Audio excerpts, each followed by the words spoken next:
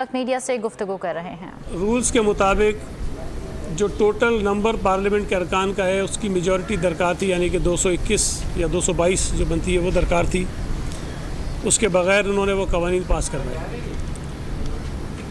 मुझे हैरत हुई, मुख्तलिफ लोग बता रहे हैं कि जी पीपल्स पार्टी ने इस कानून की मुखालफत की, उस कानून की मुखालफत की, लेकिन वो ये नहीं बता रहे हैं कि PTI ने, MQM ने, GDA ने और उनके जो इत्तेहादी हैं उन्होंने कलभूषण को NRO देने की भी हिमायत की। वो MQM के हमारे दोस्त और GDA के जो मेंबर्स वहाँ थे उनसे ये सवाल ज़रूर पूछा जाना चाहिए कि वो सेंसस जिसके ज़रिए सूबा सिंध की आबादी को कम बताया गया, जिसकी वजह से सूबा सिंध को उसके हिस्से में आने वाले वसाइल जो हैं वो पूरे नहीं मिल रहे, जितनी रकम वफाक से सूबा सिंध को मिलनी चाहिए वो नहीं मिल रही, उस मुतनाज़ा सेंसस के ख़िलाफ़ सूबा सिंध का जो मुकदमा जॉइंट पार्लियामेंट में था, एक तो स्पीकर साहब ने उसको बिला वजह ताख़ीर का शिकार किया, निशाना बनाया, और जब वो पार्लियामेंट में आया तो चंद लम्हों में, चंद मिनटों में सूबा सिंध की एक ऐसा मुकदमा, ऐसा केस जिससे सूबा हर फर्द का मफाद वाबस्ता था, उसको उन्होंने मुस्तरद किया और MQM और GDA उसका हिस्सा थी। मेरा ये ख्याल है, मेरी ये राय है कि सूबा सिंध के लोग MQM से और GDA से ज़रूर ये पूछें कि वो मुतनाज़ा मरदमशुमारी जिसके ज़रिए सूबा सिंध के हुकूक पर डाका डाला जा रहा है, उसको GDA और MQM ने क्यों सपोर्ट किया है। यहाँ कल जो आपने देखा कि कैबिनेट ने 2-3 चीज़ें बड़ी इम्पोर्टेंट जो है वो डिस्कस की, जिसमें एक सरकारी ऑफिसर्स के जो तबादले हुए हैं।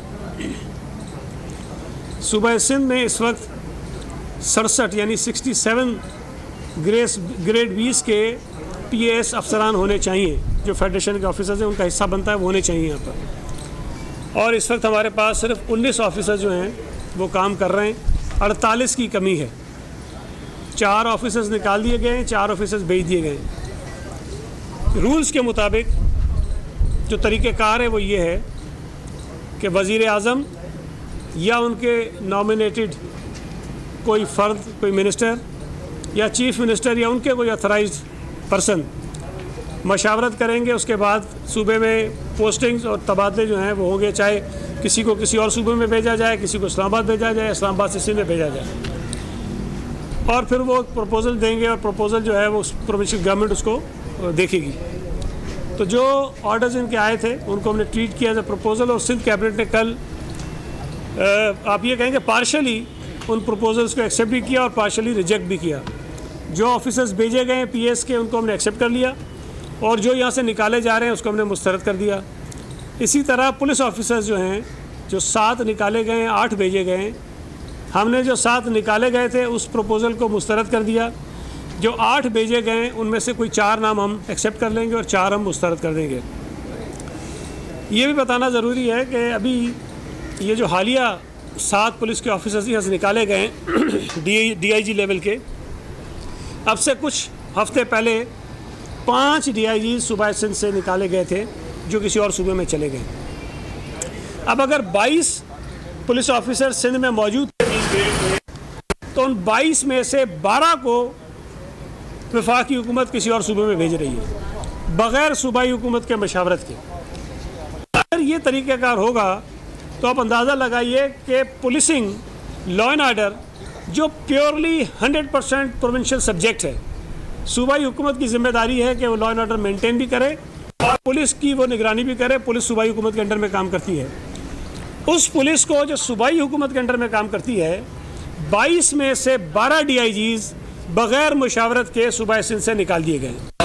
इससे बिल्कुल वाज़ेह हो रहा है कि वफाकी हुकूमत ये चाहती है कि सूबा सिंध में जो गवर्नेंस है उसको वो ख़राब करें, बर्बाद करें, और उसका नुकसान अल्टीमेटली सूबा सिंध के लोगों को होना है। और ख़ास तौर पे अगर आप पुलिस को डिस्टर्ब करेंगे तो उसका नुकसान ज़ाहिर है कि लॉ एंड ऑर्डर की सूरत में उठाना पड़ेगा, और उसका भी जो खुमियाजा है वो सूबा सिंध के लोग भुगतेंगे। लिहाजा वफाकी हुकूमत अगर अपने यहाँ कुछ बैठे हुए नाअहल नालायक और चबल किस्म के एमपीएस की कीमा पर कहने पर रिकमेंडेशन लोगों को निकालेगी। निज़ाम नहीं चल सकता है। वफाकी हुकूमत का अपना एक रोल है, वो सिंध के लोगों का, सिंध की हुकूमत का माई बाप नहीं है। वो हमारे ऊपर कोई चौकीदार नहीं बैठे हुए हैं। सिंध हुकूमत आईनी तौर पर मुंतखब हुकूमत है। हम अपने अवाम को जवाबदेह हैं, हम अपनी असम्बली को जवाबदेह हैं। हम वफाकी हुकूमत को इस तरह जवाबदेह नहीं हैं। वफाकी हुकूमत के जहन में अगर कभी ये बात घुस जाती है, और कभी कभी अक्सर वो कहते हैं एनएफसी के इशू पे भी कि हम इतने पैसे देते हैं, और भाई तुम ये बताओ कि तुम हमसे पैसे लेते कितने हो? असल में तो पैसे हम तुम्हें देते हैं और उसमें से तुम कुछ हमें लौटा के देते हो। ये तरीक़ेकार गलत है। वफाकी हुकूमत किसी भी सूबाई हुकूमत के ऊपर कोई रेगुलेटर नहीं है। इसलिए अगर सूबाई हुकूमत कानून से हटकर, रूल से हटकर, आइन से हटकर कोई फैसला करेगी तो सिंध हुकूमत जो हमने आइन का हलफ उठाया हुआ है, हम उसकी पासदारी करेंगे और हम अपने सूबा सिंध के लोगों के हुकूक का तहफ़्फ़ुज़ करेंगे।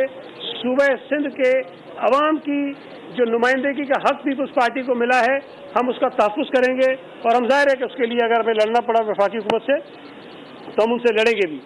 इस नालायक और नाइल हुकूमत ने, ये मैंने पहले भी कहा, मैं दोबारा कह रहा हूँ कि शायद आप में से भी किसी ने नहीं देखा होगा कि ज़िंदगी में कभी ये हुआ हो कि गैस 3 वक्त आएगी, नाश्ता बनाओ, दोपहर का खाना बनाओ, शाम का खाना बनाओ, गैस ख़त्म। ये कभी नहीं हुआ। लेकिन ये नालायक मुल्क को इस नहज पे लेकर आ गए हैं कि पहले बिजली की लोड शेडिंग इस तरह से होती थी कि जी 6-6 घंटे 7-7 घंटे बिजली नहीं होती थी। अब गैस भी आपको सिर्फ खाना पकाने के लिए मिलेगी, उसके अलावा गैस आपको नहीं मिलेगी। अगर सर्दी ज़्यादा हो गई आपका गीज़र नहीं चलेगा, अगर सर्दी ज़्यादा हो गई आपका हीटर नहीं चलेगा। आप लकड़ियाँ मंगाओ, हमें ये पत्थरों के ज़माने में लेके जा रहे हैं कि लकड़ियों पे चूल्हे भी जलाओ, लकड़ियों पे आप पानी गर्म करो, लकड़ियों पे आप आग लगा के अपने बच्चों को सुलाओ। तो ये एक नालायकी है। महंगाई की जो सूरत हाल इस मुल्क में उन्होंने पैदा कर दी है, चाहे वो गंदम हो, चाहे वो चीनी हो, चाहे वो बिजली हो, चाहे वो गैस हो, चाहे वो दवाएं हो, चाहे वो दालें हो, चाहे वो कोई इस्तेमाल की ऐसी चीज़ हो जो आम आदमी इस्तेमाल करता हो, उसकी कीमतों में बेपनाह इजाफा हुआ है। और उसका फ़ायदा इस नालायक नाअहल हुकूमत में बैठे हुए वज़ीर आज़म जो उनके सरबराह हैं, सरगना हैं, उनके ATMs को हुआ है। बराह रास्त उनके ATMs को हुआ है। शुगर कमीशन की रिपोर्ट पड़ी है, क्या कार्रवाई हुई है, उसमें जिन जिन की निशानदेही हुई है उनको नैब क्यों नहीं पकड़ती है। हलीम आदिल शेख के खिलाफ मैंने तो नहीं भेजी थी ना, कब नैब ने खुद कहा कि हम जो है इंक्वायरी को इन्वेस्टिगेशन में कर रहे हैं।